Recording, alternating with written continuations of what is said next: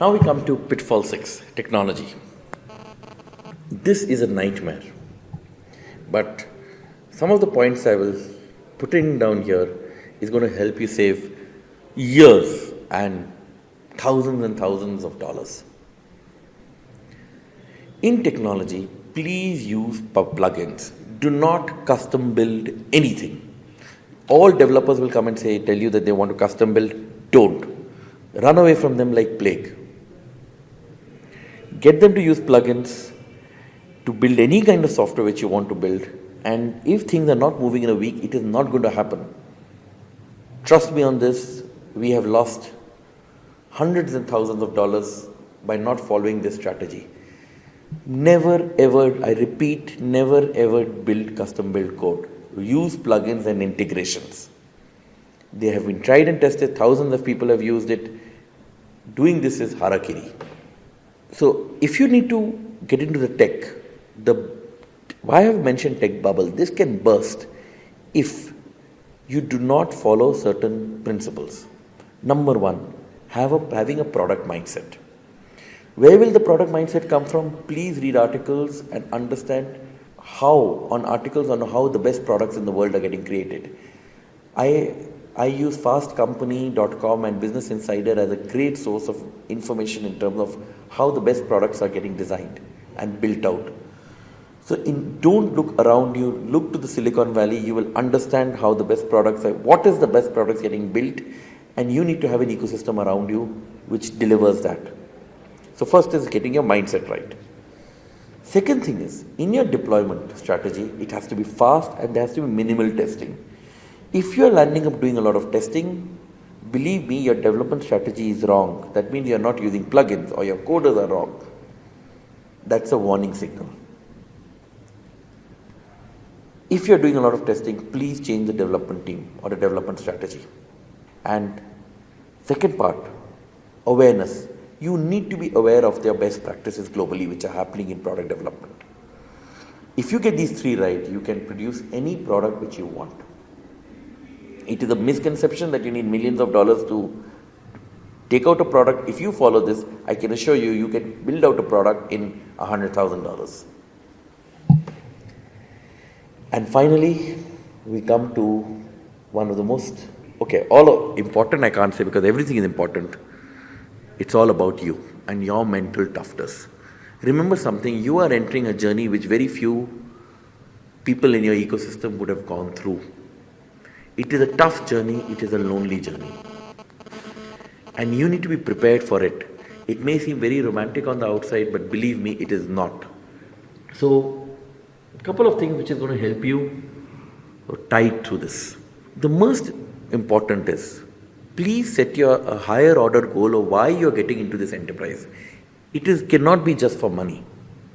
You need to have a higher goal that you need to do something which allows you to overcome some temporary setbacks. Because you're going to have a lot of ups and downs.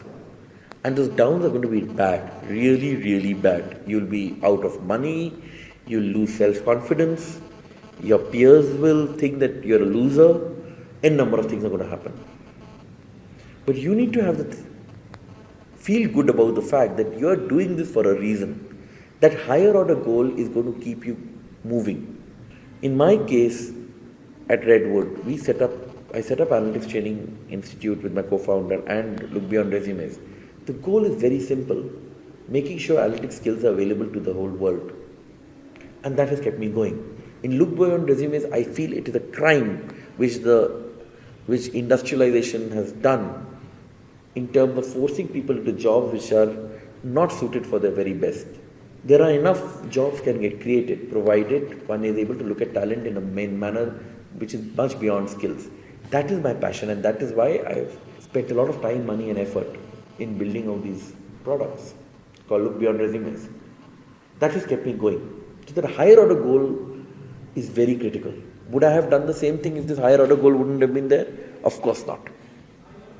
Second part is, every time you're facing a setback, you have to realize that the setback is a way of learning something. Do not treat it as a setback as a vote of performance. Please do not equate setback to performance. That is not constructive at all. You need to look at setback as a method of learning and just take it like that.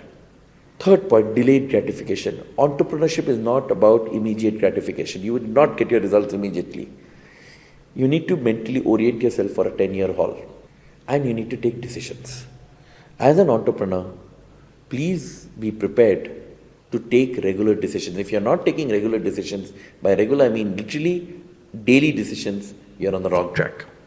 So think about, there will be pressures from yourself, from your internal stakeholders, which is advisors, team, investors, and your social pressures. If you are mentally tough, you will be able to overcome all of these. Reach out to these people whenever you need help. And now since you're doing this course, we are friends. So please feel free to reach out to me if you need any help. I am passionate about this and I'm very happy in my own little way to help out with anybody who's going through a similar journey. So please feel free to reach out to me also if required. So I'm putting social family friends plus me. So I'm putting it, since you're doing this, you can reach out to Gautam. Make sense? So we are friends, so please reach out to me. Now let's come to the decision points where mental toughness will be required. There will be a huge amount of mental toughness required on strategy. Strategy is about deciding what to do as well as what not to do. Keeping that focus will require a lot of mental toughness. Hiring decisions will take enormous toughness because you will feel like hiring a lot of people. Everybody will seem good or bad, but choosing the right one is going to be tough. Firing, difficult decision, but the faster and the better it is done, the better it is going to be. Trust me on this. Pricing, how much to charge your customer? Everybody is going to bargain with you. You need to decide how much is important and how much is essential. Don't go below essential pricing, otherwise you are literally cutting off your own feet. Because nobody else is going to bail you out apart from yourself. So make sure you're charging the right price with the customer. Cash versus growth, the eternal tussle. I really don't have I have some strong points of view, but this is contextual and we can discuss this separately based on your individual business. So I hope you have found these sessions useful. Thank you very much for taking up this course. I wish you the very best in your entrepreneurial journey. As starting a company, being part of a startup, or even incubating an initiative in a large organization.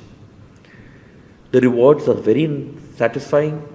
It's a phenomenal journey. You will learn a lot. It has its challenges. It has its risks. I hope this presentation and this course will help you identify the risks which you're going to face and minimize them. I'm sure there will be many more risks which have not been factored in this program. I would urge you to share it with the community of the people who are taking this course. Share it with me, and with your permission, then I will share it with the rest. And let's build great companies out of this. The world needs a lot of entrepreneurs to come up. And we all need to put in our minds to make it happen. Wishing you all the best and looking forward to being in touch with all of you. Thank you so much.